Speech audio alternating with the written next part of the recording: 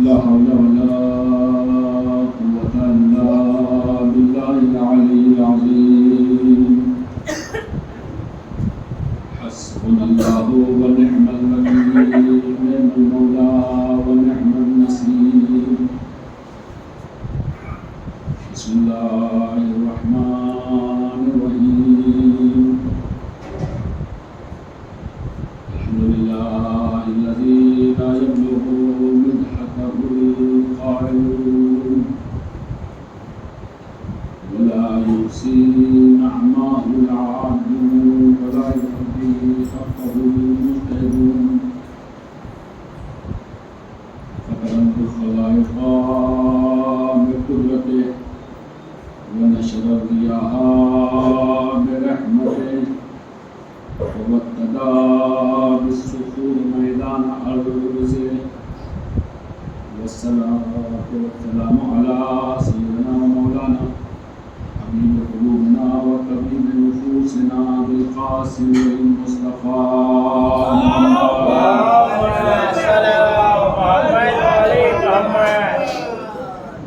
وعلى آله الطيبين الطاهرين المعصومين الذين أذهب الله عنهم الرجس وطهرهم تطهيرا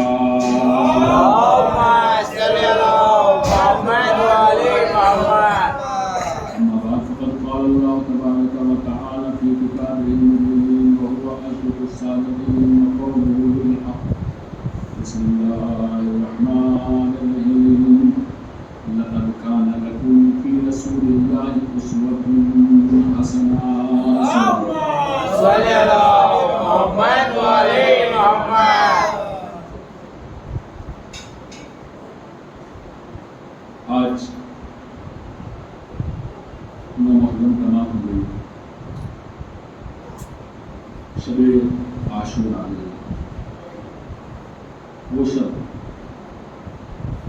سچ میں یہ کہنا تو مناسب نہیں ہوگا کہ آج کی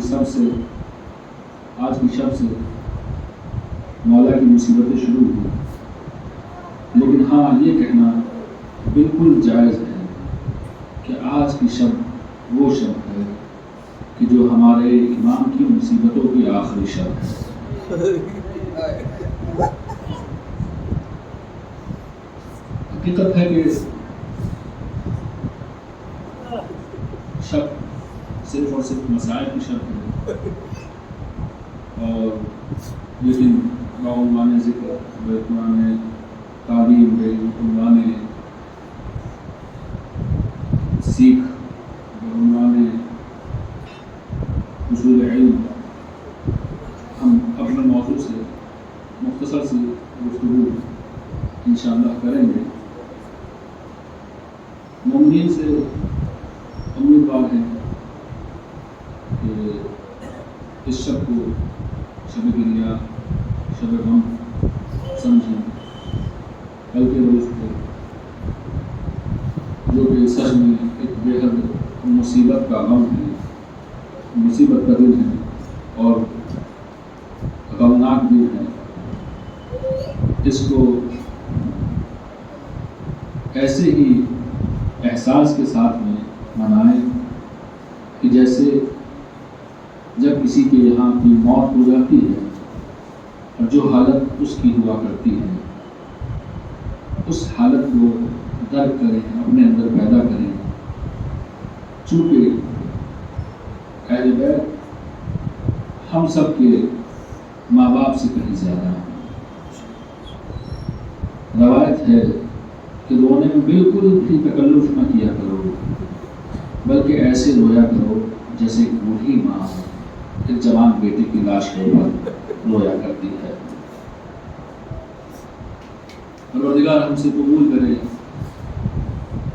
اور توفیق دے کہ زیادہ سے زیادہ ہم ان کے غم کو منا سکیں اور ان کی تعلیمات سے اپنی زندگی کو روشن اور منور کر سکیں. ایک سب آپ محمد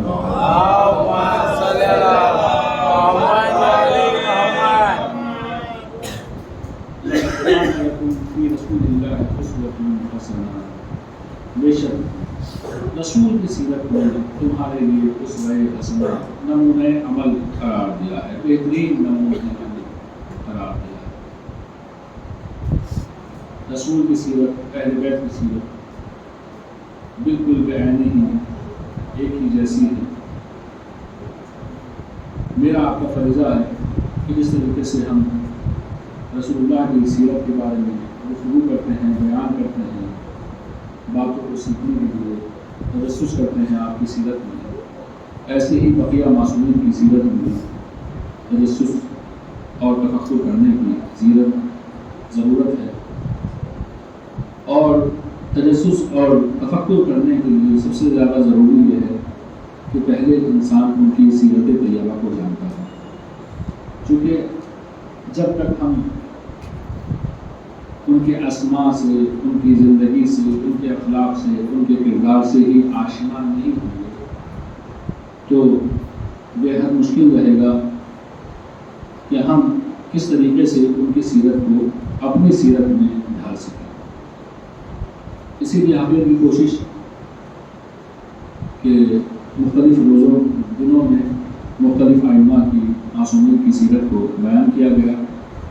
آج آخری امام علی رضا علیہ السلام کی اللہم صلی علی محمد و علی محمد سیرت سے متعلق چند باتیں آپ کی خدمت میں عرض کرنا ہے۔ امام رضا علیہ السلام وہ شخصیت ہیں کہ جن کا نام تو علی ہے، ان کا نام تو علی ہے، لیکن آپ کا لقب رضا آپ کے نام کے اوپر حاوی ہے۔ علماء بیان یہ کرتے ہیں علماء کہ آپ کے اس لقب کی وجہ یہ تھی کہ آپ کے زمانے میں آپ کے دوست اور دشمن سب کے سب آپ سے راضی، سب کے سب آپ سے راضی۔ اسی طریقے سے دوسری ایک وجہ یہ بیان کی جاتی ہے چونکہ آپ نے تمام تر زندگی مشکلات آئیں، پریشانی آئیں، خوشی آئیں، غم آئے، جو کچھ بھی دیکھا اس کے باوجود بھی آپ پروردگار عالم سے ہمیشہ راضی رہے اور پروردگار عالم آپ سے ہمیشہ راضی رہا، لہٰذا آپ کو رضا کے لقب سے یاد کیا جاتا ہے۔ سب آپ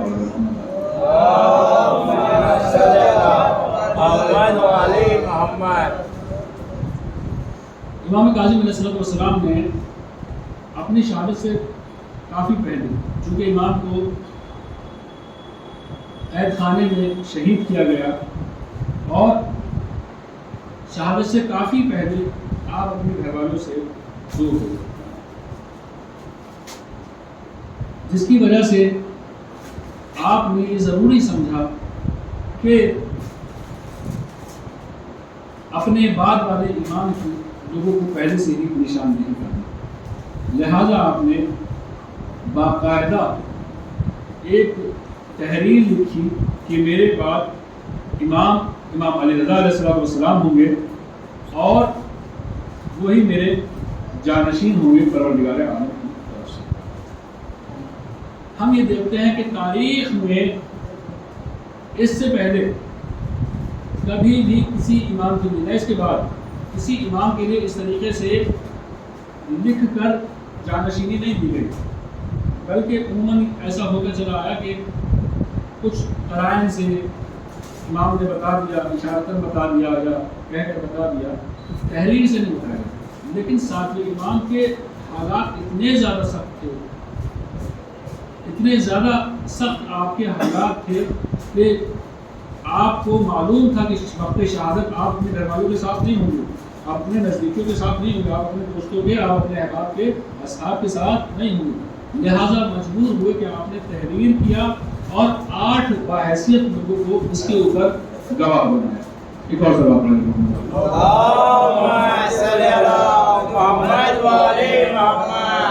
امام رضا علیہ السلام کے زندگی کے بارے میں ایک سنت آپ کو بتا دوں، آپ امام کی کھجور امام کو بہت زیادہ پسند ہے، کھجور امام کو بہت زیادہ پسند ہے۔ امام ہر شب 1000 رکعت نماز پڑھتے ہیں اور امام کی سیرت، امام رضا علیہ السلام کی سیرت یہ بیان کرتی ہے کہ بعض اوقات ایسا ہوا کرتا تھا کہ امام نماز صبح کے بعد سجدے میں جاتے تھے. اول وقت نماز صبح پڑھتے ہیں اور اس کے بعد سجدے میں جاتے ہیں.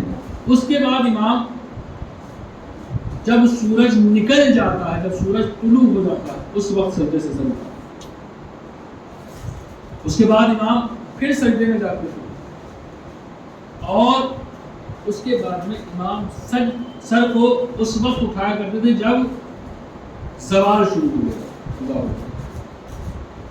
پھر آپ نماز کے بعد میں اسی طریقے سے اپنے سر کو رکھا کرتے تھے. پھر نماز عصر کا یعنی پورا دن امام کا سجدے میں گزر جاتا. اچھا، علماء اخلاق، علماء تاریخ اس مسئلے کو اتنا بیان کیوں کر رہے ہیں؟ میں سجدے میں خدا کی عبادت کر رہے، ٹھیک ہے، پھر کیوں بیان کر رہے ہیں؟ دو وجوہات. ایک تو ان کا مقام عبدیت بیان کرنا تھا کہ وہ کس طریقے سے عبادت کیا کرتے تھے. دوسرا، جو لوگ ان کے چاہنے والے کہلاتے ہیں، جو لوگ ان کے ماننے والے کہلاتے ہیں، ان کے لیے اسوہ حسنہ دینا تھا، ان کے لیے معصومین کی سیرت میں ہماری ذمہ داریاں دینا تھا. لہذا ان کی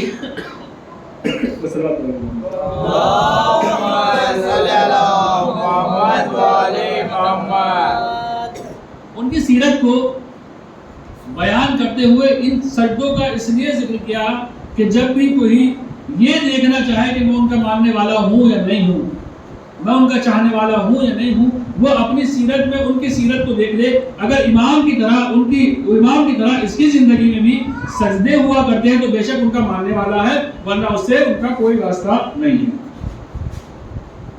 اگر ہم امام کے ماننے والے ہیں، پہلے بھی مرتبہ میں نے شعر کو پڑھا کہ اس وقت جب مزہ ہے کہ دونوں ہوں گے برابر، دونوں طرف وہ آگ برابر لگی ہوئی.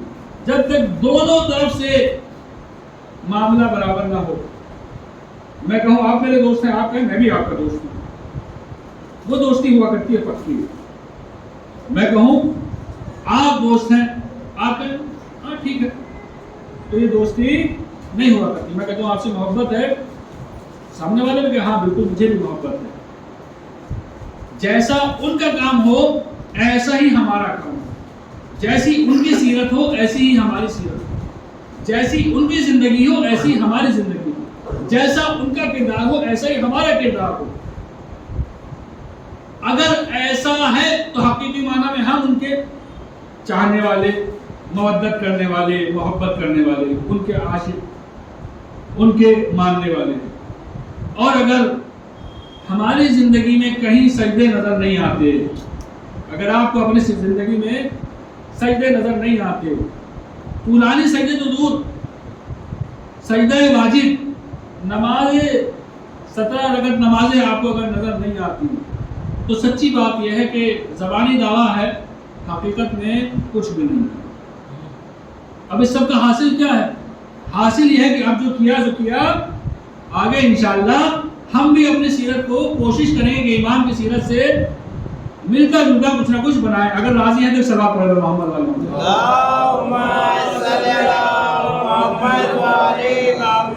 دیکھیے بات کے جاننے میں کوئی فائدہ نہیں ہے. تاریخ آپ نے کہا کہ جان لی، ٹھیک ہے جان لی، لیکن اگر جاننے کے بعد میں آپ اس کی نکلنے والی اچھائی سے آپ روح شناس نہ ہوں، اسے اپنی زندگی میں نہ لے آئیں، تب تک اس اچھائی کو کوئی فائدہ نہیں ہے. مولا علی بن ابی طالب علیہ السلام ارشاد فرماتے ہیں مولا کہ علم دو طرح کا ہے، علم دو طرح کا ہے. ایک علم وہ ہے جو صرف کانوں تک پہنچتا ہے، اور ایک علم وہ ہے کہ جو طبیعت میں آ جاتا ہے. اور وہ علم فائدہ مند ہے کہ جو انسان کی طبیعت میں آ جائے، جو اس نے سیکھا. اگر جان لیا 2 اور 2 4 ہیں تو آگے سے کبھی 5 نہ کہے، کبھی 3 نہ کہے. لیکن اگر جاننے کے بعد بھی 2 اور 2 4 ہیں، وہ حساب میں غلطی کرتا ہے تو پھر اس کا جاننا نہ کے برابر ہے. لہذا اگر کوئی شخص اہل بیت کی سیرت کو جان لے تو لازم و ضروری ہے کہ ان کی جیسی سیرت کو اپنانے کی بھی کوشش کرے. ایک اور سے بات کریں،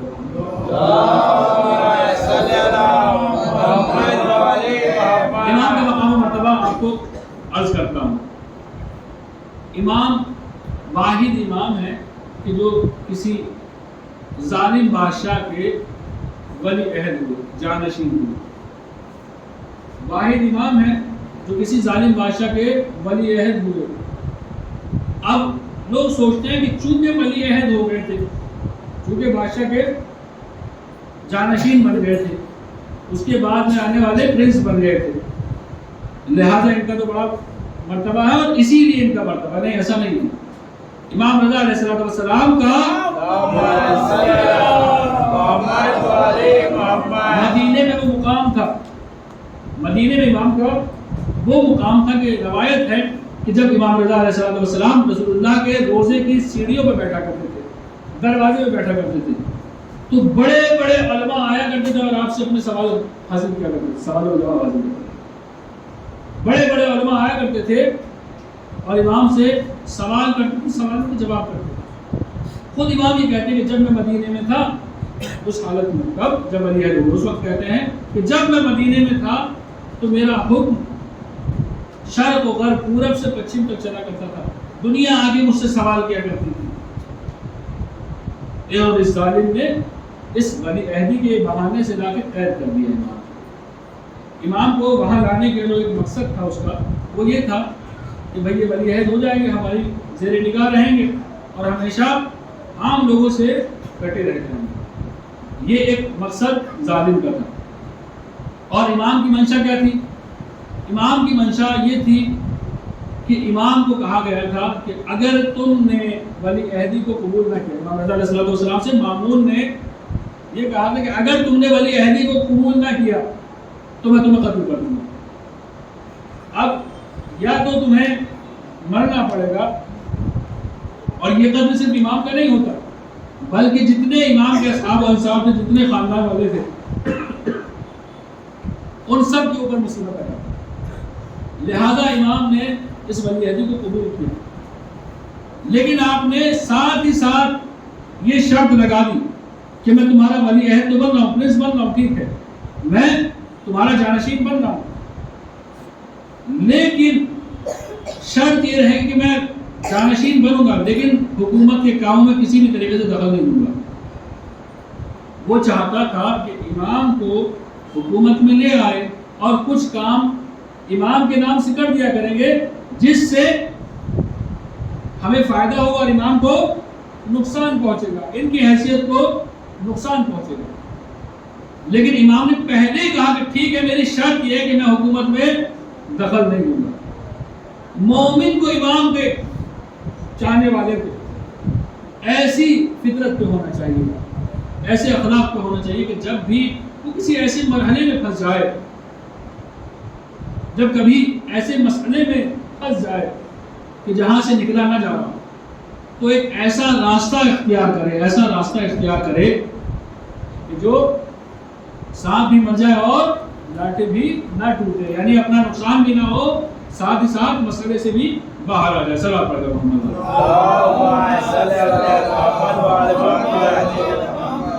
امام رضا کی ایک سنت تھی جو باقاعدہ تاریخ میں لکھی ہوئی.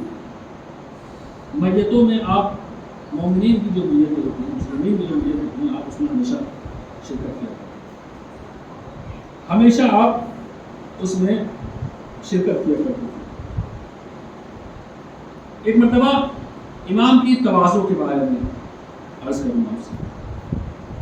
اتنے متواضع تھے امام، اتنے زیادہ متواضع تھے کہ ایک مرتبہ آپ حمام میں گئے ہوئے تھے نہانے کے لیے.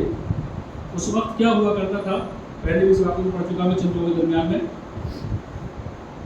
اس وقت کیا ہوا کرتا تھا، عرب میں آج بھی بعض جگہ پہ گھروں میں حمام نہیں ہوتے بلکہ جیسے آپ کے یہاں سوئمنگ پول ہوا کرتے ہیں، اس وقت بھی ایک حمام ہوا کرتے تھے نہانے کے لیے، غسل خانے ہوا کرتے تھے. غسل خانے سے متعلق ایک واقعہ میں پہلے ہی پڑھ چکا، ایک ثواب پڑھ رہا ہوں. بہترین موقع ہے کہ اس واقعے کو پہلے بیان کر دوں. ایک شخص اپنے گھر پہ موجود تھا، اس نے دیکھا، یہ آج دوسری طریقے سے بیان کروں انشاءاللہ. ایک عورت اس کے دروازے پہ آئی جو بے حد حسین و جمیل تھی، اور اس عورت نے دروازہ کھٹکھٹایا، پوچھا کیا حمام ہے یہ؟ وہ کہنے لگا ہاں یہ حمام ہے۔ عورت کو دیکھتے اس کی نیت بدل گئی، اس کا گھر تھا، اکیلا موجود تھا گھر میں، عورت کو دیکھتے اس کی نیت بدل گئی، اس نے کہا ہاں حمام ہے۔ اب جو عورت اندر گھسی اس نے اندر کا حالات دیکھے، اس کے ایک دم سمجھ میں آ گیا ہوا کیا، کیونکہ اس کے گھستے اس نے دروازہ بند کر دیا۔ اب اس نے اس عورت سے گناہ کی، خواہش کی۔ عورت بے حد سمجھدار تھی، پہلے اس نے خدا رسول کا واسطہ دیا، اللہ نبی پہچنوائے، اس سے کہا، لیکن وہ ماننے والا نہیں تھا۔ ان سب چیزوں سے اس کے اوپر فرق نہیں پڑنے والا۔ ماشاءاللہ بہت سے لوگ ہوتے ہیں ہمارے، اصلاً جب گناہ کرنے جاتے ہیں تو ایسے ہو جاتے ہیں جیسے انہوں نے کبھی خدا کا نام سنا تھا یا نہیں سنا تھا، اللہ کو بھی نہیں پہچانتے۔ جب گناہ کے نزدیک ہوتے ہیں تو سب کچھ بھول جاتے ہیں۔ اس سے ڈائریکٹ کہا جا رہا ہے کہ اللہ رسول بھی ہے، کہاں کی بات کرتا ہے، میں شادی شدہ عورت ہوں، گناہ میں کہاں ڈالتا ہے؟ اس نے کہا نہیں، میں پیچھے ہٹنے والا نہیں۔ اب ایک وقت وہ آیا کہ وہ شخص کے اوپر غالب آ گیا عورت پہ۔ اب اس عورت نے جو دیکھا کہ اب میں اس گناہ سے بچنے والی نہیں ہوں، اس مصیبت سے اب بچنے والی نہیں ہوں، اس نے ایک عقل استعمال کیا، اس نے ایک آئیڈیا نکالا۔ کیا کیا اس نے کہا کہ دیکھ تجھے معلوم ہے کہ میں نہانے کے لیے آئی ہوں، میں بہت زیادہ گندی ہوں اور میرے اندر بدبو آ رہی ہے، اور دوسرے مجھے بھوک بہت زیادہ لگی ہوئی ہے، اس بھاگ دوڑ میں، اس لڑائی جھگڑے میں مجھے بھوک بہت زیادہ لگی ہوئی ہے، میں تیری خواہش پوری کر دوں گی، لیکن اس سے پہلے تو میرے نہانے کا انتظام کر دے اور میرے کھانے کا انتظام کر۔ اس طریقے سے اس نے بات کی تو اسے محسوس ہوا کہ شاید اب بھی راضی ہے۔ اس نے کہا ٹھیک ہے میں تیرے لیے انتظام کرتا ہوں، اور وہ گھر سے باہر نکلا، ادھر وہ نکلا ادھر، یہ مومنہ بھی اپنے راستے نکل گئی۔ ایک سلوات پڑھ کر اللہ سب کو ایسی مصیبتوں سے بچا دے اور سب کو ایسی عقل استعمال کرنے کا موقع دے۔ اب وہ عورت نکل گئی اس کے ہاتھ سے، بوڑھا ہو گیا، مرنے کا وقت آ گیا، بوڑھا ہو گیا، مرنے کا وقت آ گیا۔ اب اس سے کہا کہ پڑھو لا الہ الا اللہ، بولا ہائے وہ عورت میرے ہاتھ سے نکل گئی، اب پڑھو محمد رسول اللہ، بولا ہائے وہ عورت جو میرے ہاتھ سے نکل گئی تھی۔ اب معلوم نہیں ہوا، شیخ عباس قمی نے اپنی کتاب میں کوئی نام معلوم پوچھ سکتے ہیں آپ انشاءاللہ، اپنی کتاب میں اس واقعے کو نقل کیا، ہائے وہ عورت جو میرے ہاتھ سے نکل گئی، شعر پڑھ رہا ہے ہائے وہ عورت جو میرے ہاتھ سے نکل گئی تھی، ہائے وہ عورت میرے ہاتھ سے۔ اب لوگوں نے معلوم کیا کیا ہوا، یہ کیا ہے کہ ہم کہہ رہے ہیں لا الہ الا اللہ وغیرہ ہائے۔ دیکھیے بعض گناہ ایسے ہوتے ہیں جو انسان کو ہمیشہ بعد تک ذلیل کراتے ہیں۔ آج وہ زمانہ پتہ نہیں کس زمانے میں تھا، لیکن آج بھی ذلیل ہو رہا ہے نہیں ہو رہا، نام جانے یا نہ جانے۔ بعض گناہ ایسے ہوتے ہیں کچھ زمانوں تک انسان کو ذلیل کرا دیتے ہیں۔ اب جناب علی اس نے یہ والا ہائے وہ عورت کہنا شروع کیا، اسی حالت میں مر گیا، لوگ جویا ہوا اور یہ واقعہ معلوم ہوا۔ اب امام کی روایت آتی ہے کہ جو شخص یہ چاہتا ہو، اب حالت ایمان کی تو نہیں مرا، کلمہ نہیں پڑھا نا اس نے آخری وقت میں، خدا کو پہچاننا بھول گیا تھا۔ ہم لوگ بھلے زندگی کو پہچاننا بھول جاتے ہیں، لیکن امید ہے شاید دوبارہ چانس بنے۔ تو اس کے لیے مومن کو چاہیے کہ دعا جو ہے رضیت باللہ رب والاسلام دینا، جو ہر تعقیبات میں نماز میں ہے، جو کہ مفاتیح الجنان میں ہے، جس میں 12 ائمہ کے نام موجود ہیں، اس نماز کو، اس دعا کو ہر واجب نماز کے بعد پڑھے تو انشاءاللہ کبھی بھی جب بھی وہ مرے گا تو با ایمان دنیا سے چلا جائے گا، جب مرے گا حالت ایمان میں اس دنیا سے جائے گا۔ ہم بات کر رہے تھے امام کی، ایک اور سوال پڑھیں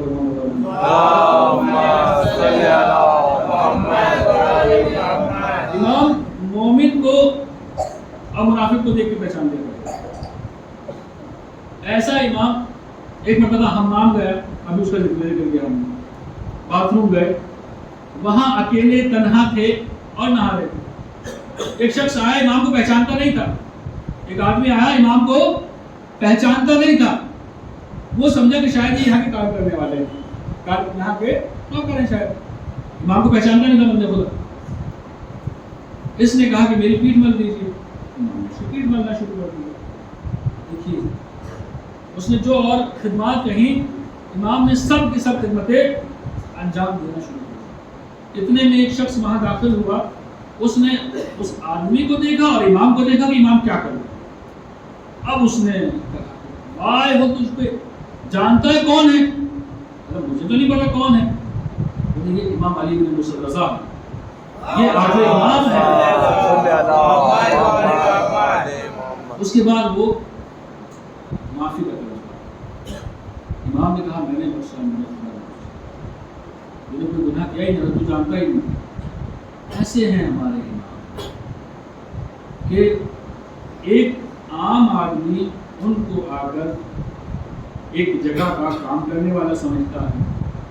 کبھی کبھی آپ کے ساتھ بھی ہوا ہو, کسی دکان پہ کھڑے ہو تو اگر مالک وہاں نہ ہو اور اس وقت میں کوئی گراہک آ جائے اور آپ سے آگے کہے کہ یہ کتنے کا ہے, تو کتنی شرمندگی سے محسوس کرتے ہیں نا ہم لوگ. شرمندگی سے محسوس کرتے ہیں, گویا کہ اس نے کوئی گناہ کر دیا, گویا کہ اس نے کوئی برائی کر دی, گویا کہ اس نے کوئی گالی کر دی.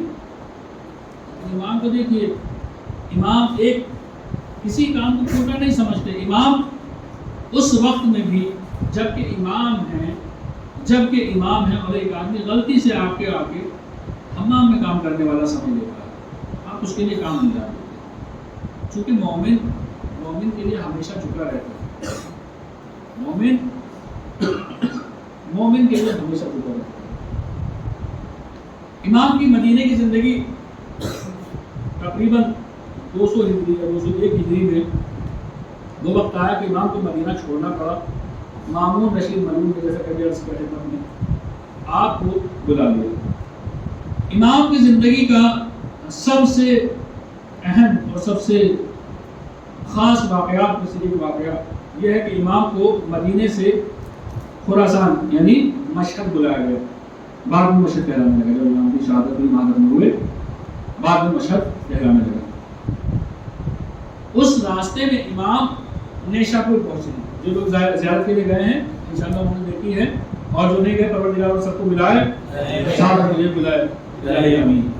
تو نیشا پور جب پہنچے ہیں, نیشا پور ایک ایسی بستی ہے کہ جہاں ہمیشہ سے اہل سنت کی جو صحاح سکہ ہے اس میں سے بھی چند لوگ لکھنے والے ان کتابوں کے وہاں سے. نیشا پور والوں نے ہماری قوم کی اہل تشیع کی بھی بے حد خدمت کی. بہت سارے علماء وہاں جمع ہیں. اب نیشا پور جیسے امام پہنچتے ہیں, امام کی سواری کے چاروں طرف روایت ہے کہ 4000 علماء جمع تھے. وہاں جمع 4000 علماء اور امام کی سواری کے چاروں طرف کھڑے ہوئے اور امام سے گزارش کرتے ہیں کہ ایک مرتبہ اپنی زیارت کرا دیجیے, اپنی زیارت کرا دیجیے, اپنا چہرہ دکھلا دیجیے. امام ایک مرتبہ پردے کو کھولتے ہیں سواری کے, لوگ چہرے کو دیکھتے ہیں رونے لگتا ہے. اللہ چہرے کو دیکھتے ہیں رونے لگتا ہے. کیوں؟ امام کی شخصیت ایسی تھی کہ جس سے خود رسول اللہ یاد آتے تھے, ان کی سیرت یاد آتی. اس کے بعد سب کے سب امام سے گویا ہوتے ہیں, مولا گزارش ہے کہ اپنے جد کی ایک حدیث سنا دیجیے. اس کے بعد امام رضا علیہ السلام گویا ہوتے ہیں اور فرماتے ہیں مجھ سے کہا میرے والد امام موسیٰ کاظم علیہ السلام نے, ان سے کہا ان کے والد امام صادق علیہ السلام نے. صلوات پڑھیں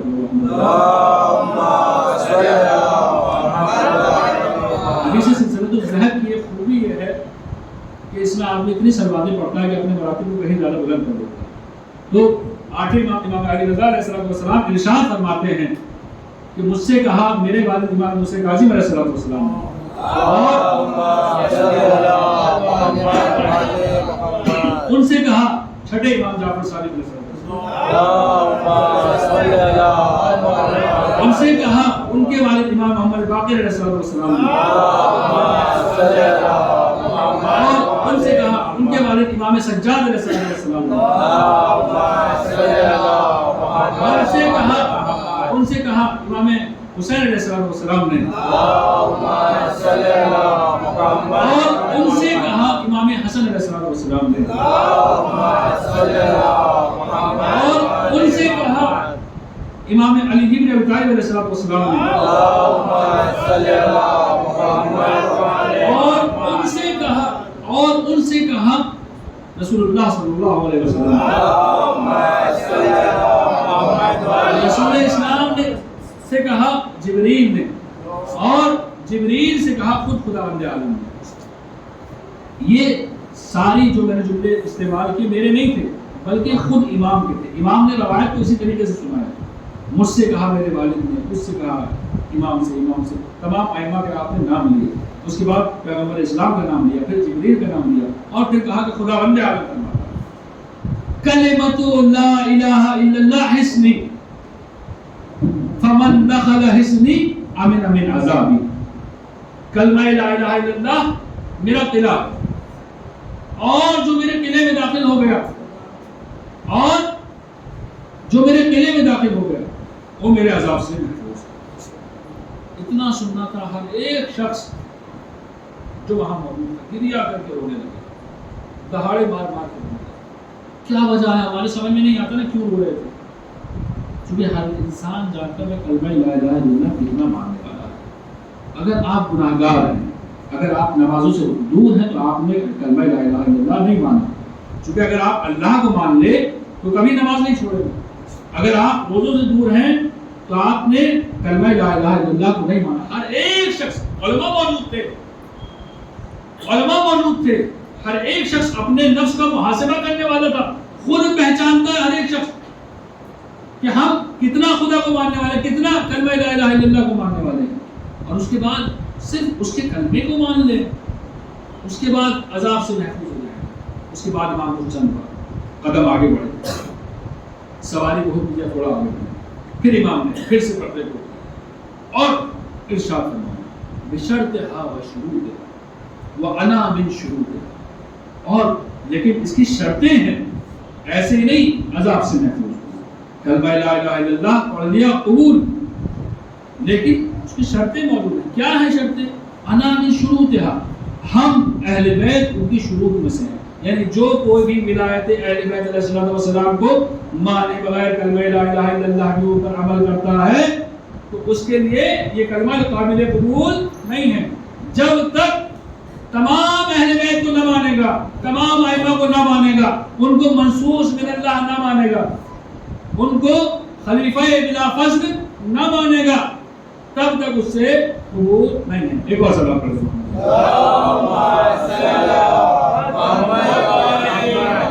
اور ان کو ماننا زبانی دعویٰ نہیں ہے، ان کو ماننا زبانی دعویٰ نہیں ہے۔ پھر عرض کروں گا، ان کو ماننا یہ ہے کہ انسان ان کی سیرت کرنا، جیسی ان کی سیرت دیکھے، جیسی ان کا کردار دیکھے، جیسا ان کا اخلاق دیکھے، ایسا اس کا کردار ہو، ایسا اس کا اخلاق ہو، ایسی اس کی زندگی ہو۔ بہترین زندگیاں ایک شب کی مہمان ہے۔ شب عاشور آ گئی، شب دہم محرم آ گئی، 9 محرم کی شام آ گئی، بہترین ماحول ہے۔ اے رات نہ ڈھلنا کہ اجڑ جائے گی زینب۔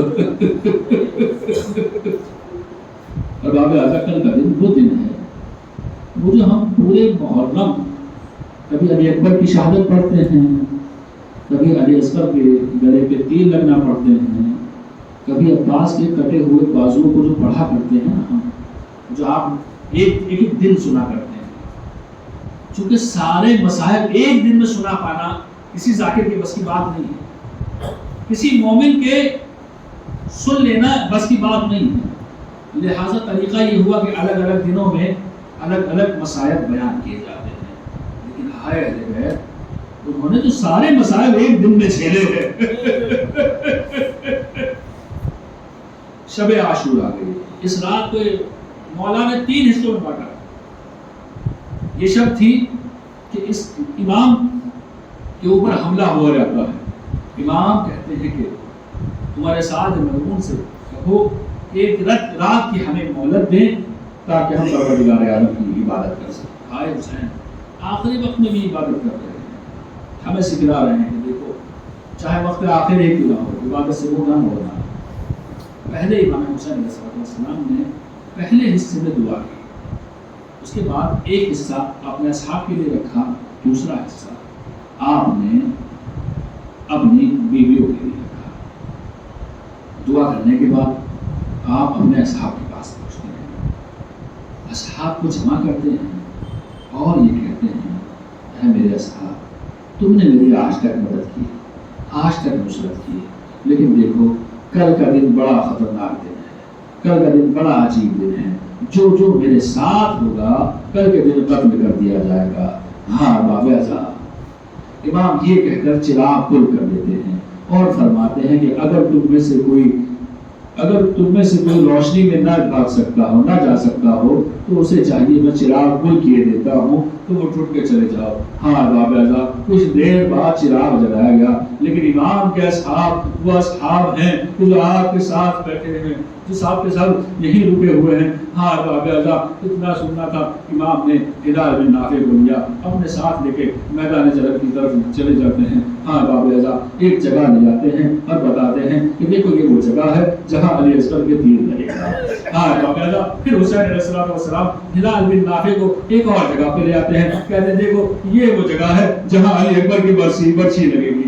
ہاں باب اعظم اب آگے لے آتے ہیں, کہتے ہیں دیکھو یہ وہ جگہ ہے جہاں میرے مولانا محمد شہید ہو گئے. اس کے بعد آگے لے آتے ہیں, کہتے ہیں دیکھو یہ وہ جگہ ہے, یہ وہ جگہ ہے کہ جہاں پر میرے بھائی کے بازو کٹیں گے. اور باب اعظم اس کے بعد امام اپنا مقتل دکھاتے ہیں. اور باب اعظم اتنا سننا تھا کہ خیموں میں سے الاتش کی آوازیں آ رہی ہیں. الاتش کی آوازوں کو سن کر ہلال بن نافع تاریخ انوار خمسہ میں لکھتے ہیں, ایک واقعہ نقل کرتے ہیں کہ یہی شب تھی.